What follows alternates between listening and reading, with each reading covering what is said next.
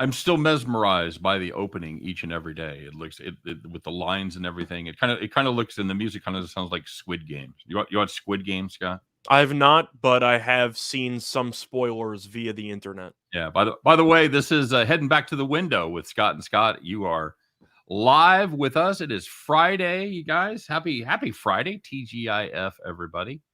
Nice to be here.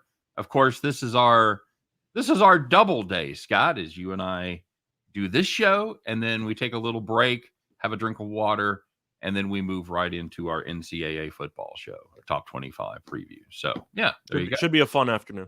It should be a fun afternoon. It's good to be with you guys. Let's see who we got in the house here, Scott. We got T-Train. Brandon Kubas is here. And yeah, there you go. In Winners and Whiners, that's me. I was actually trying to respond before the show started. So, by the way, to answer Brandon's question, I messed up last week. I was going to do a UFC video, and then I realized that around 4 a.m, the card starts at 10:30. I forgot they were in Abu Dhabi, so that's my bad. I will have a UFC video tonight, so keep that in mind. Sorry about that, Brandon, and I'll remember when the actual start time of the event is moving forward. That's right, because you talked on the show last Friday about putting out your UFC video, and then remembered that it was the Abu Dhabi. It's a damn shame because I had a good card too, but nobody cares because I didn't make a video on it. I was left last night bleeding and dying on the street curb by the Miami Heat, says Nathan Cerna. We're going to talk about them. We are going to talk about that that second quarter, because I had a couple guys got in the comments section. They played the first quarter. That got home. That got home. The second quarter is when it all went wrong, but we can talk about that. Went for a little further south. So I had a player prop. The worst thing that could happen when you have an over or a double or anything is a blowout, because you know your guy's going to get less minutes than normal. Right. Adebayo had an awful first half anyway. He looked a lot better in the second half, finished with 13 and 7. But Miami's trailing by 24 pretty much the entire fourth quarter. Bam playing 30 minutes. We probably needed about 35 to 36 minutes, and we just didn't get that. All right. Well, you know what? Let's find out, because we've been alluding to it a lot. So let's get to the Friday version of Call the Cops, Scott. Let's find out who took it in the shorts and who was left, for lack of a better term, not a winner, but more of a whiner, Scott.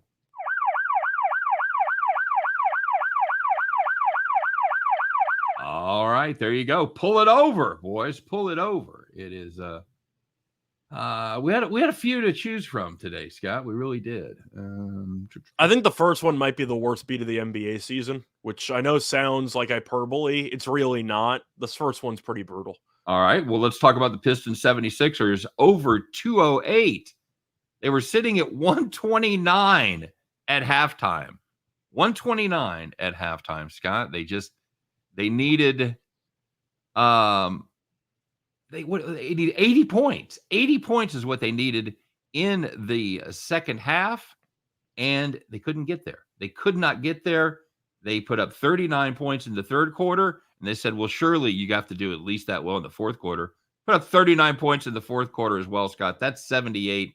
That game landed 207. Holy crap. You had the over in the Pistons 76ers game. I am so sorry, but you have to call the cops. I know the NBA has been more low scoring, but 78 points in the second half after 129 in the first half. I can't even explain that. That's just a ridiculous beat if you ended up having the if you just ended up having the over in that. That's brutal. Yeah, absolutely. What else you got? So, looking at the second one, if you had the Lightning on the money line against the Maple Leafs, you led 1-0 with less than 50 seconds to go. John Tavares scores, and the Maple Leafs tied it. The Lightning ended up losing in overtime. All right, very good. And here's one that we could have made this all about us. We could have whined about our farm play in this same vein, but we decided to go a different direction. If you had Mike White over a touchdown and a half, over 1.5 touchdown passes, how about that? I'll just say it that way.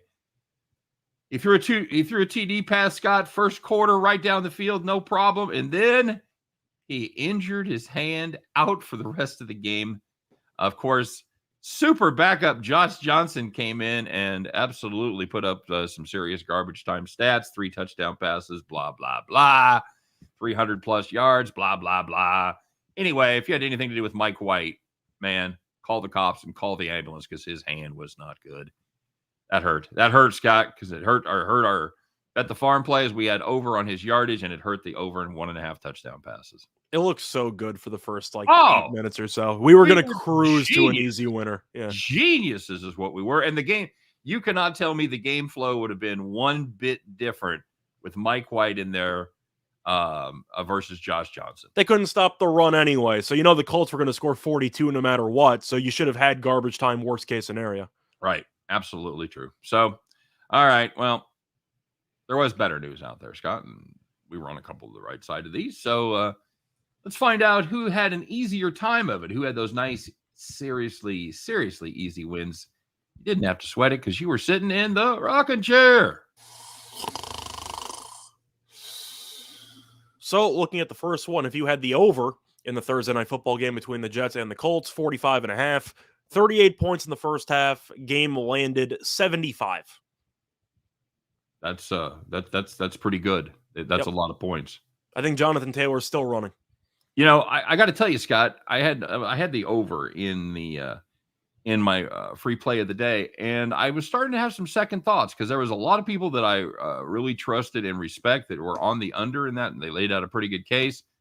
But I just not the way I saw it. So nice to get one right as far as that's how I looked at it. People were arguing about the under. I didn't see it. I thought that worst case is the Colts would move the ball, and I had faith in Mike White.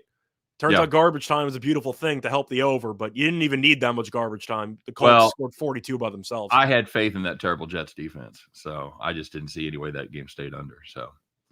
If you had Georgia State, Louisiana under, that was your under right there, Scott, under 53.5. They had Colts scored 45, by the way. Sorry. I said 42. Yeah. Oh yeah. Colts put up 45. Had 3 points at halftime, Scott. It was 3-0 Georgia State, by the way. I turned it on the second half and I saw actual points. I thought it was a typo because every now and then ESPN might mess up which quarter it is, or, it's in between quarters. So I thought it was 3-0 after one quarter. And it's like, nope, it's actually halftime. I don't really know what happened there in the entire first half. Yeah, we were on the right side of that. We didn't have the total, but we did have Georgia State, who probably, all things being considered, probably should have won that game, but definitely kept it close enough for government work, as they say, and we had the win there. And the last one was in hockey. I know some people asked about my hockey plays. I said I like the Islanders against the Canadiens, and that's because the Canadiens are a terrible hockey team. But the Islanders led 5-0 after 2 periods. Brock Nelson, 4 goals. First time in his career. Shout out to him. And the Islanders won 6-2. All right. Very good. Very good indeed. And Scott, you keeping up with the comments because I'm running the show here, so I can't I'm going to be a little behind on the comments. Good to see Alvaro Jimenez in the house. I'm keeping tabs on it. People are asking about my UFC thoughts. I'm going to make a video later on it. So looking forward to that. Any thoughts on the Princeton and Dartmouth under 46.5? JC Stone thinks it's a lock. I don't have any thoughts on that. I would like to pretend that I know everything about all football games being played. I do not. I tried my hand at another FCS play yesterday, by the way, and it did not work out as well. A play that you and I talked about on the air that looked really good on paper. That was the Morgan State Delaware State game. And Delaware State just didn't show up for the first half. No, like I said, you have two plays of 70-plus yards in the first quarter. And that was pretty much all she wrote. So we're going to turn our attention to the NBA, Scott, and find out who's wearing the golden feed bag today. Who is it? Hee-haw! Who's today's donkey of the day?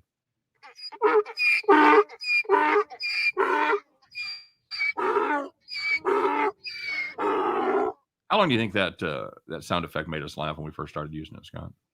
It was a while. It was a couple weeks minimum, maybe a month. So we chose the Lakers. Scott, would you like to tell everyone why?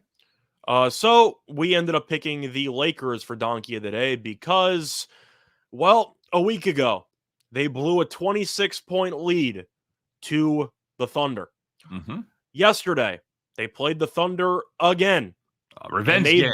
And you thought, they were going to cruise because they were motivated. They blew Uh-huh. the game about a week ago. Yeah, they got They their were up. pride. They were up 19 in the first half. All right, going differently this time. They lost the game. What? Oklahoma City has 2 wins on the season. They are both against the Lakers. I can't really explain what the hell the Lakers are doing. I know on air we talked about that game briefly and said that we agreed we couldn't lay double digits with the Lakers in this spot, but not the way I drew it up. Really? You're going to blow double-digit leads to the same opponent, arguably the worst team in the league, in the span of a week? Come on, Lakers. Get it together, man. That's phenomenal. That really is right there. That is unbelievable. Yep. Let me ask you a question, Scott. J.C. Stone seems like a pretty responsible type cat. You gonna take a little sprinkle on the Dartmouth under tonight? I'll have to look into it. Yep, I am too. I definitely am.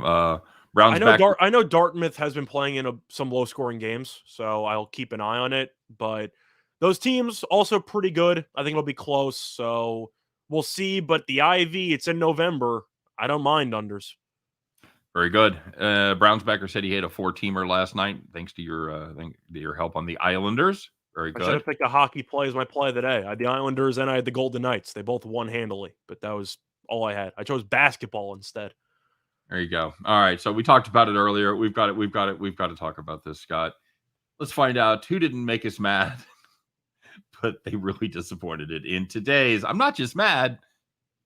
I'm not mad. Take 2. We're gonna cut that part out, right? I'm not mad. I'm just disappointed. All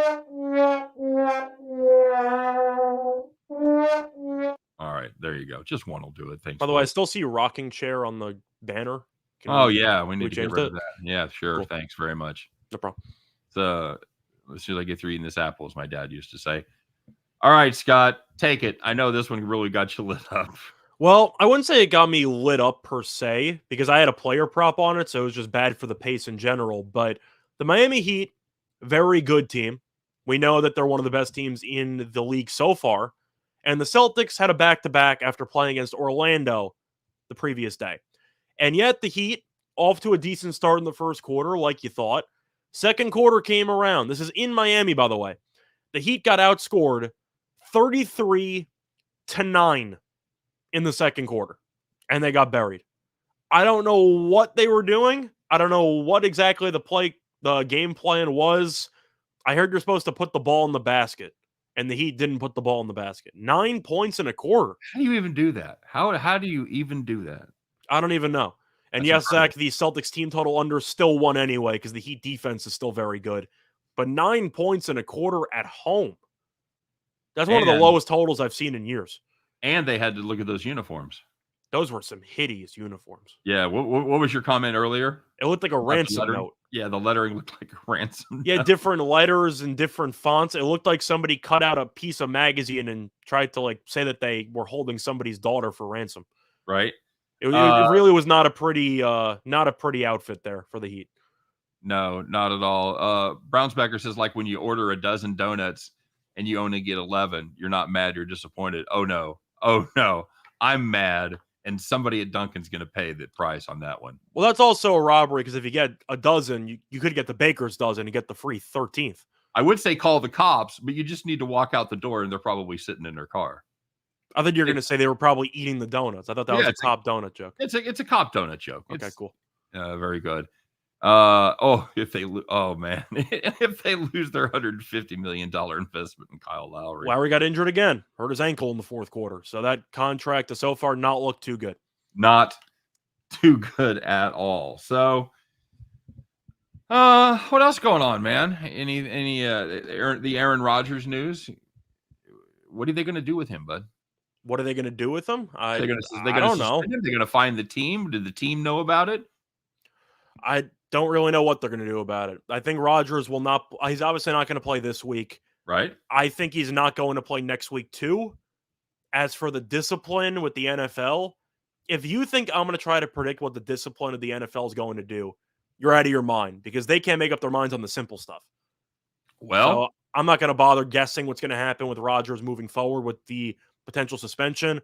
I don't think he's going to get suspended, but I do think he might miss the next game as well. Do you think it's a possibility there is a 2 or even more tiered system for discipline in the NFL? Do you think if this was the random third string tight end that had pulled this same sort of trick on his teammates and team, Scott, or subterfuge, I guess? I don't think it involves the NFL. I think the Packers would have cut somebody else if somebody else did this. So you agree that you think Aaron Rodgers is going to get special treatment in this situation? He's getting preferential treatment, but I'm not saying it's officially from the league. I think the Packers would have just cut the third string tight end who did this if it would happen to that person instead. Did the Packers know? I think some of them probably knew. Wouldn't you assume you would have to see the medical records and card? Yeah. So I don't know. I don't know. It's gonna be interesting to see. Damien, we're going to get to the NBA here probably in just a minute. We don't have a lot going on as far as football goes, so yeah, we'll talk some NBA, maybe even a little hockey. Scott, you get any hockey picture on tonight? Well, you want to go to hockey right now, or you want to keep talking about Rodgers for a bit? I don't know. You got any other hot takes on Rodgers? What do you guys think in the comment section? What do you think about Rodgers? What is he going to be suspended?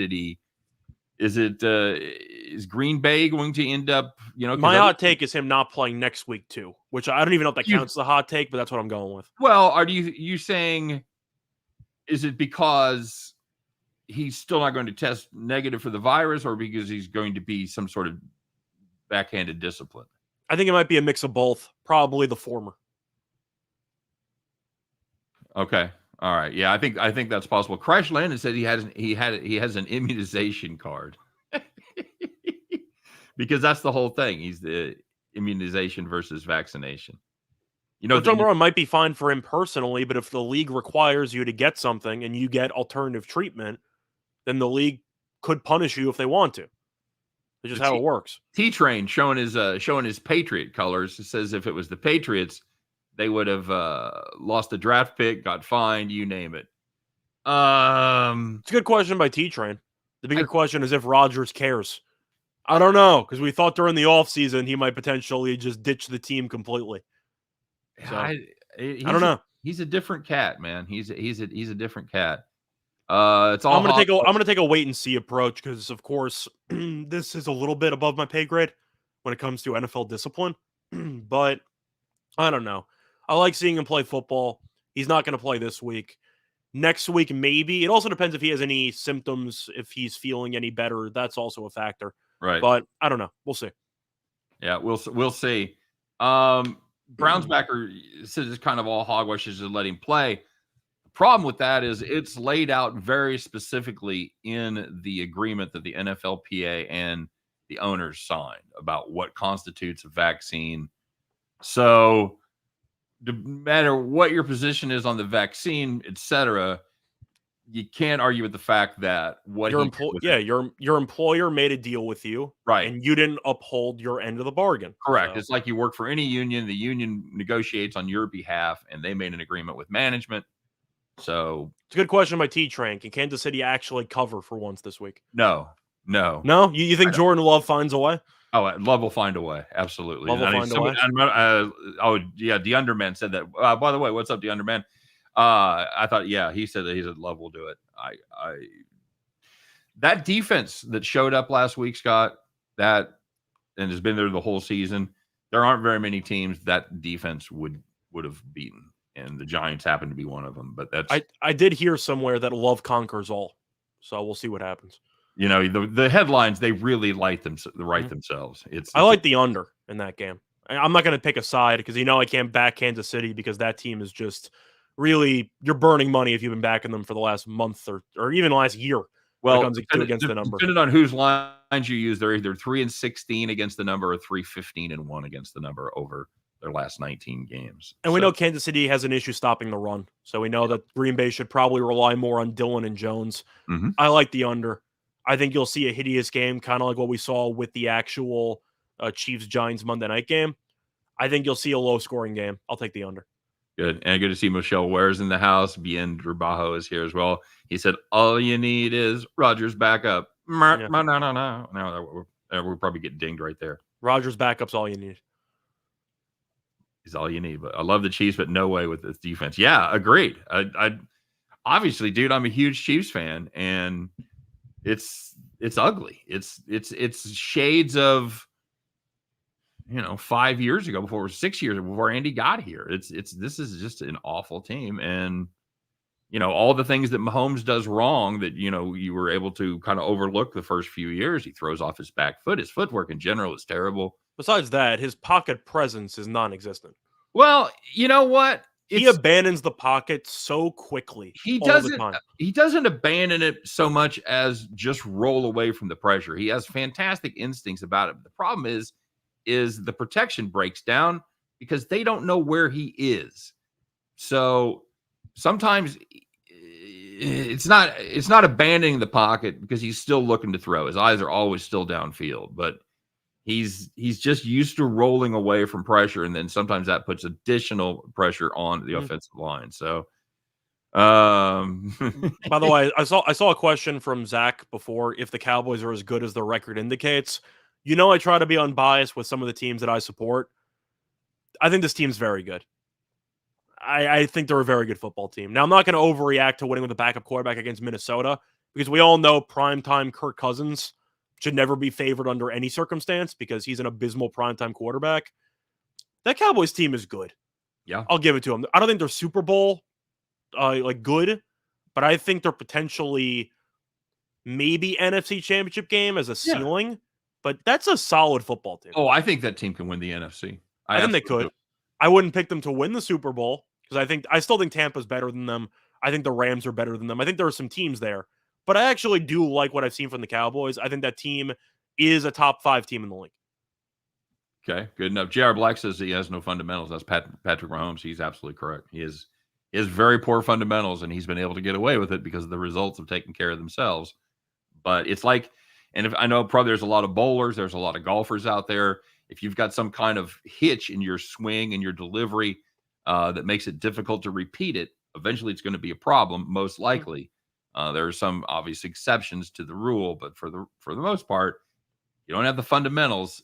It's going to be a big problem, certainly at the highest level. I heard the yips are the reason why Charles Barkley never went pro in golf.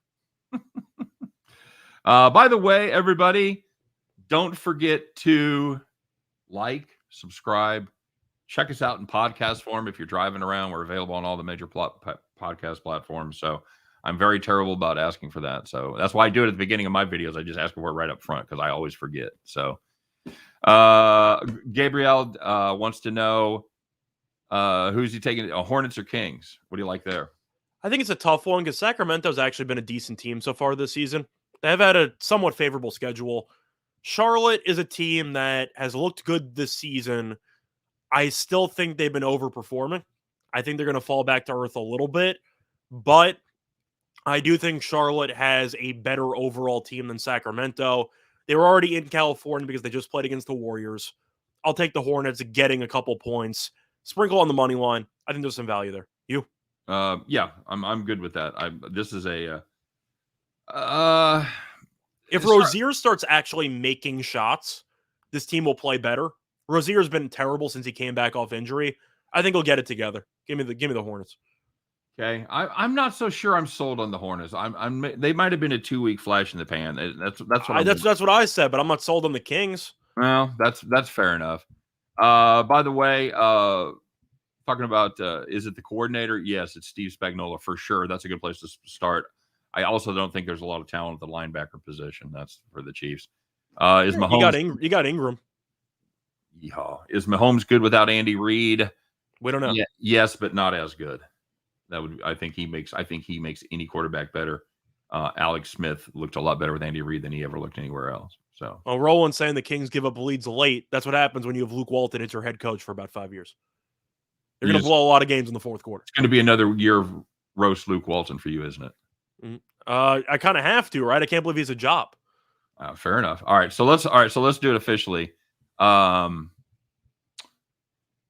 Let's do one NASCAR here. Zach Vaughn says, unless somebody wrecks Kyle Larson this weekend, always a possibility, by the way.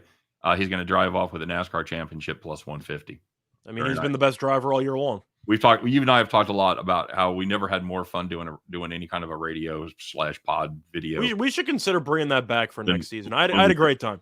We did our 3-man booth on NASCAR. We had a blast. So, and with the cat that used to work there was from Mississippi, and he was a hoot. So, as far as hockey goes, Scott, the Rangers are in action there against Edmonton. Oilers, are they finally going to play up to expectations? You talk about for the playoffs, because they've been really, really good this season. They've lost one time. That's what I'm saying. Are they going to be able to maintain that throughout the season?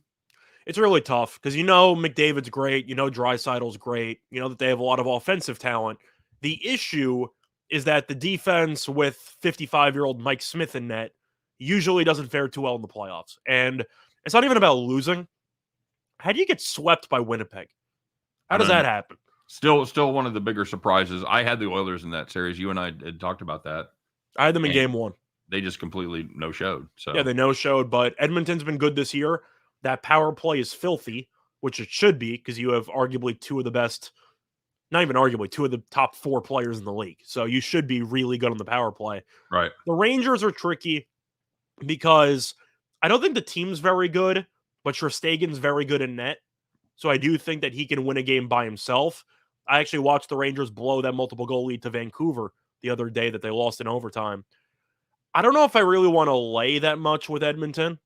You're laying a decent number there at around minus 155, maybe a little bit higher there. I'm going to stay away. Unless you want to put it in a parlay or so, I don't really want to straight bet that. I'm going to stay away. But I think Edmonton should win the game. Any interest on laying 170 with the Ducks? I kind of am because Arizona's played so bad. 9 games. I said they were going to be the worst team in the league after one game. I said that going in. This team's going to be awful. They're 0-8-1. They have 1 point in 9 games. They are awful.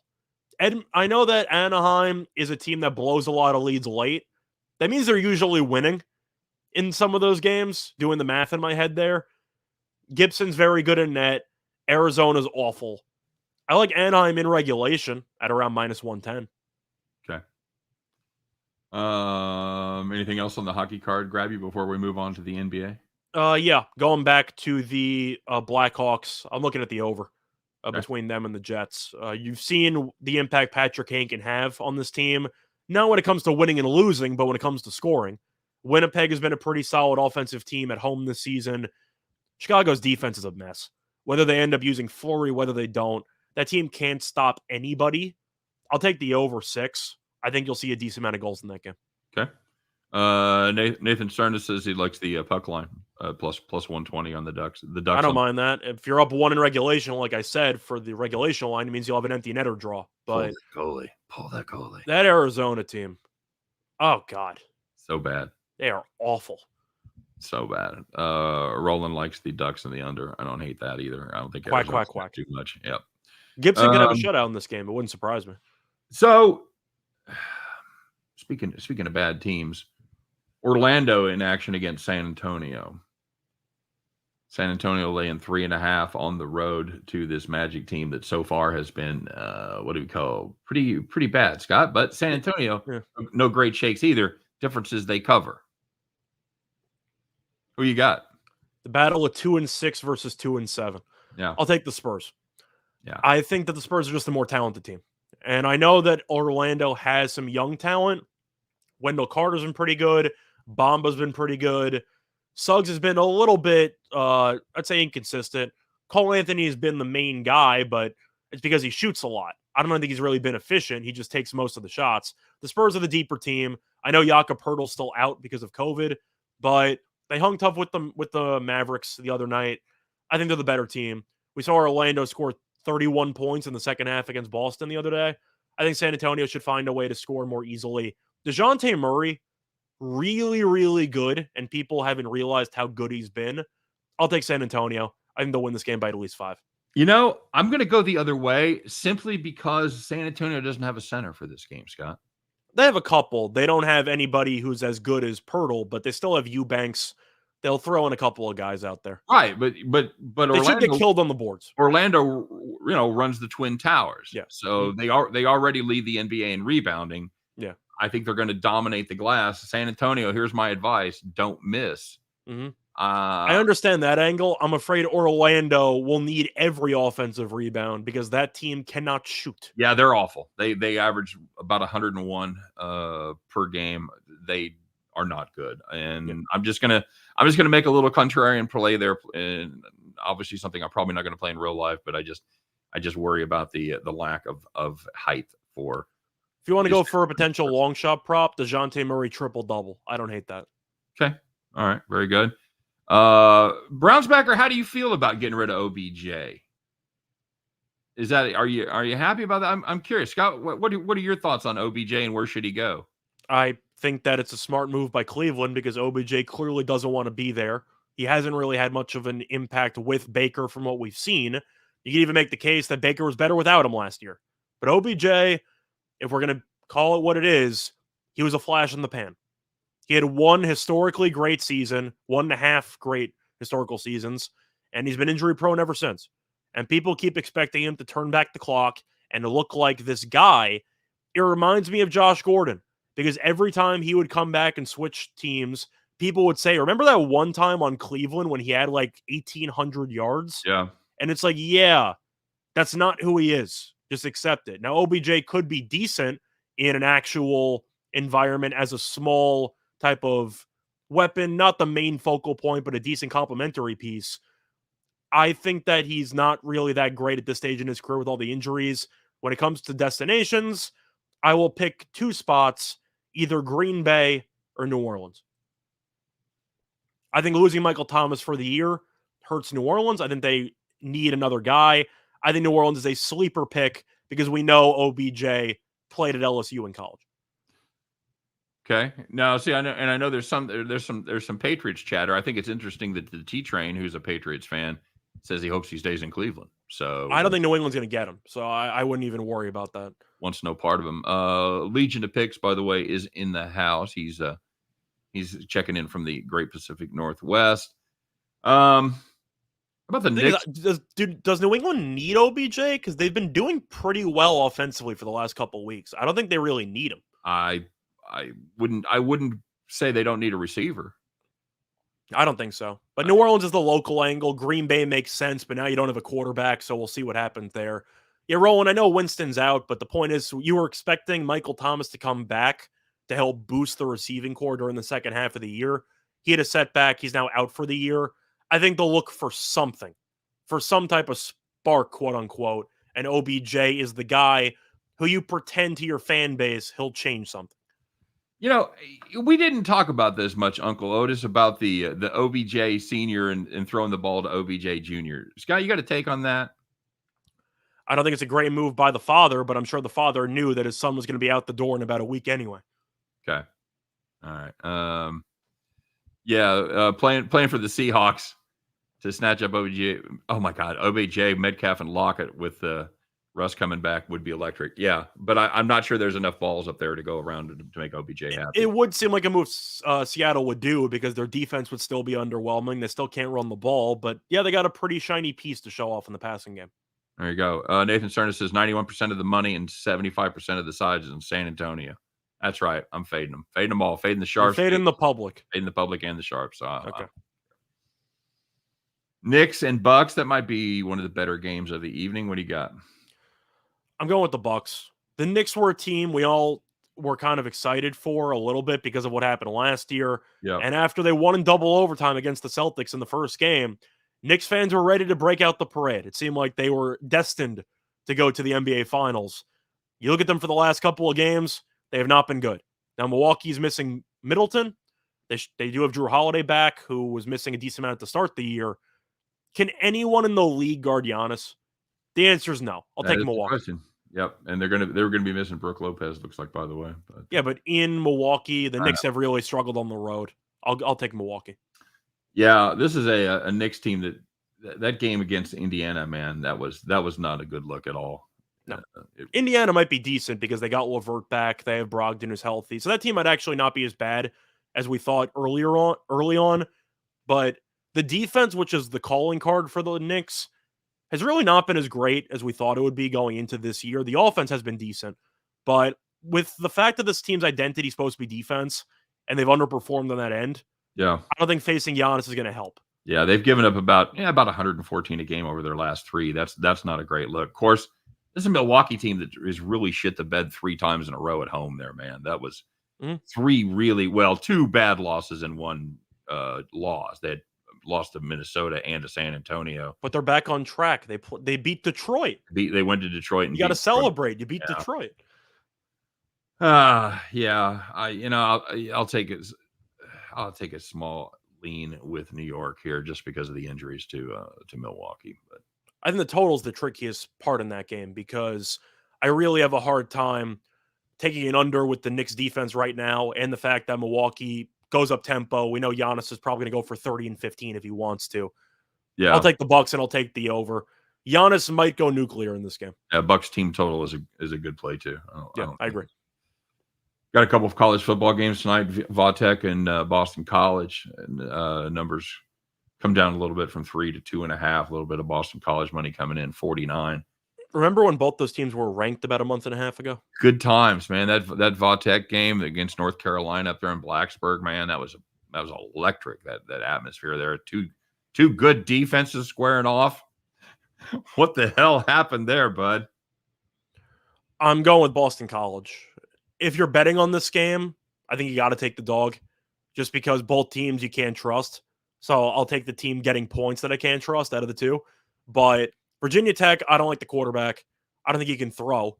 I think that he can run a little bit. Boston College's offense has been terrible too.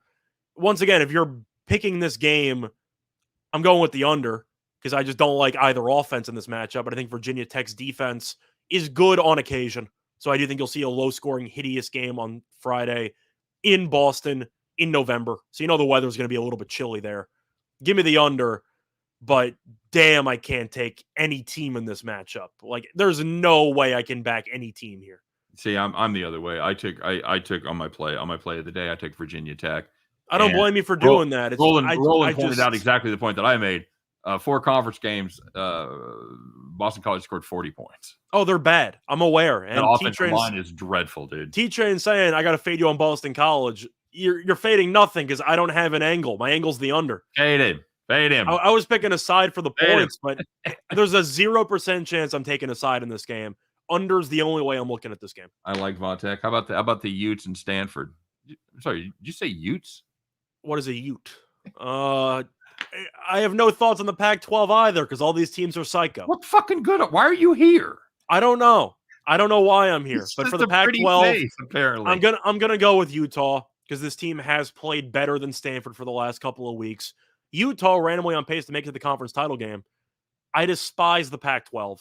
If you've been betting on teams in the Pac-12, I'm sure you've been absolutely miserable for the whole year. But I'm going to go with Utah because I have liked what I've seen.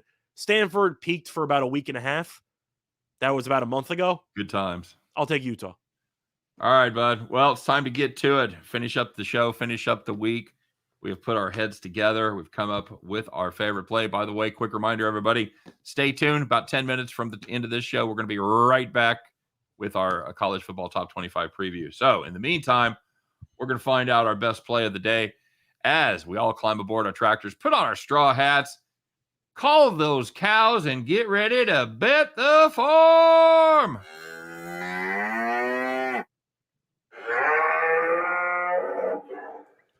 So for this one, we're going to look at basketball.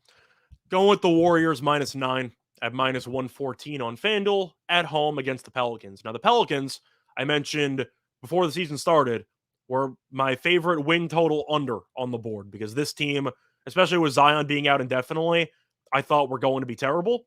And the Pelicans are really living up to that because the Pelicans are 1-8 overall, 1-4 on the road. Meanwhile, Golden State, even without Klay Thompson and Wiseman, have been good. 6-1 straight up, 3-1 at home. Warriors have won each of their last 2 home games by at least 21 points. Pelicans have lost each of their last 2 road games by at least 12 points.